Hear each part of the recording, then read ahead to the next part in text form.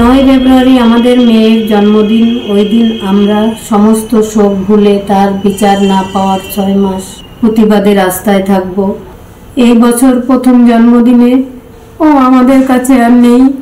আমরা চাইব 9 ফেব্রুয়ারি সমস্ত সরকারি বেসরকারি মেডিকেল কলেজ, নার্সিংহোম এবং সমস্ত হেলথ ডিপার্টমেন্ট তার বিচার না পাওয়ার 6 মাসের প্রতিবাদের আলো জ্বালাক। এবং আমাদের মেয়ে ফুল গাছ খুব ভালোবাসতো, তাই 9 ফেব্রুয়ারি সবাই একটি করে ফুল গাছ লাগাবেন। আমরা ভেঙে পড়ব না, হতাশ হব না এবং শেষ রক্তবিন্দু দিয়ে লড়াই করব মেয়ের বিচার ছিনিয়ে আনার জন্য, যতদিন না বিচার পাবো।